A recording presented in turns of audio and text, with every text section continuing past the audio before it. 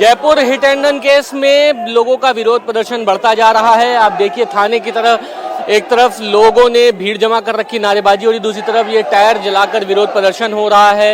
ये पूरे जो परकोटे इलाके में जो नाहरगढ़ की तरफ आने वाला रास्ता है उसको बंद कर दिया गया है, ब्लॉक कर दिया गया है। न्याय देने की मांग की जा रही है, जम के नारेबाजी हो रही है, मुआवजे की मांग कर रहे हैं लोग और ये कह रहे हैं कि जो उस्मान है जिसने टक्कर मारी है वो कांग्रेस का जो नेता है, उसको बचाने की कांग्रेस नेताओं की तरफ से कोशिश की गई है और तुरंत पुलिस गिरफ्तार तो कर चुकी है, लेकिन न्याय चाहिए, मुआवजा चाहिए और उसी को लेकर ही ये सारा विरोध प्रदर्शन हो रहा है। लोगों का कहना है कि कांग्रेस सरकार में जब यहाँ पर रोड रेस की घटना हुई थी, महज 12 घंटे के अंदर उसको 50 लाख का मुआवजा दिया गया था। एक बार फिर से जब बीजेपी की सरकार है और यहाँ पर इस तरीके की घटना हुई है, उस्मान ने लोगों को रौंदा है, 3 लोगों की मौत हो गई है, तो उनको मुआवजा क्यों नहीं दिया जा रहा है? इस तरीके की मांग की जा रही है और जम के विरोध प्रदर्शन हो रहा है।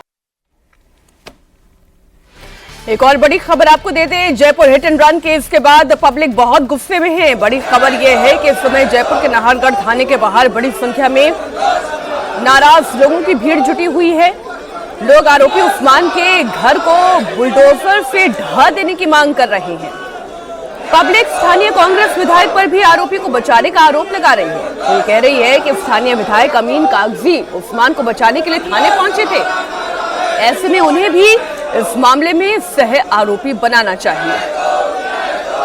जयपुर के नाहरगढ़ इलाके में हिट एंड रन केस में 3 लोगों की मौत हो चुकी है। उस्मान को पुलिस ने गिरफ्तार कर लिया है, लेकिन नाहरगढ़ थाने के बाहर देखिए सैकड़ों लोगों की भीड़ यहाँ पर जमा हो गई है। नाराजगी जबरदस्त है, मुआवजे की मांग की जा रही है। पवन जी हमारे साथ मौजूद, उनसे बात करते हैं। भाई साहब, जबरदस्त भीड़ है, आप लोग इकट्ठा हुए हैं, क्या चाहते हैं?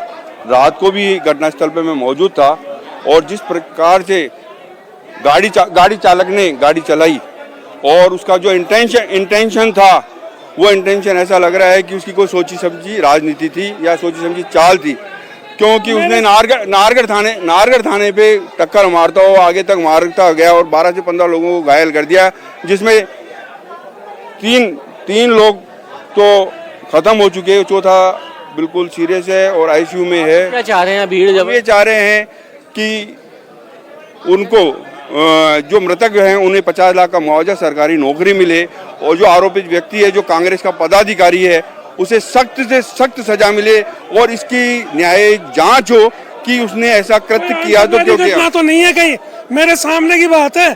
यहाँ पे जो इस तरह से एक्टिवा के टक्कर मारी ना, मैं यहीं बैठे थे, हम टक्कर मारी जैसे कोई दुश्मनी निकालते ना, हम भाग के गए। हालांकि नाहरगढ़ एसएचओ ने बहुत मदद करी है, सिपाही ने भी बहुत। अरे मैं तो यही था, नाहरगढ़ एसएचओ बेचारी यही खड़ी थी, भाग के हम लड़के को उठाए, मैं गया काम से, उसके नहीं लगी थी। अरे सामने मत हो भाई साहब, जितने आगे से धमाका हो गया तो वो बोले आगे भी टक्कर मार दी। मेरे एसएचओ ने बेचारे ने यहाँ से रास्ता बंद करा के आगे जाके गाड़ी में पुलिस ही सबको लेके गई है।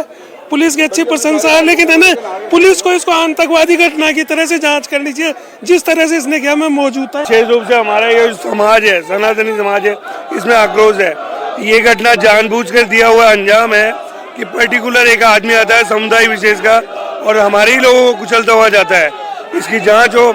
वो एक बहुत बड़ा नशे का व्यापारी है, नशे में लिप्त रहता है और नशे के अंतर्गत ये काम किया गया है, तो उसको कड़ी से कड़ी सजा मिले। जिस तरीके से लोगों के मकान तोड़े जाते हैं, हमारे और लोगों के तोड़े गए, उसका भी मकान ध्वस्त हो और इनको मुआवजा मिले।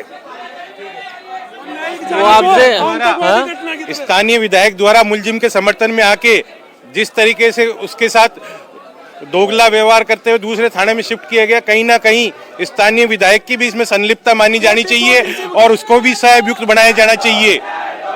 स्थानीय विधायक छोटी घटना पे विशेष समुदाय के लोगों के लिए, अपराधियों के लिए बोलने आ जाता है। स्थानीय विधायक रफीक वो अमीन कागजी साहब का इसमें संयुक्त इन्वॉल्वमेंट माना जाना चाहिए।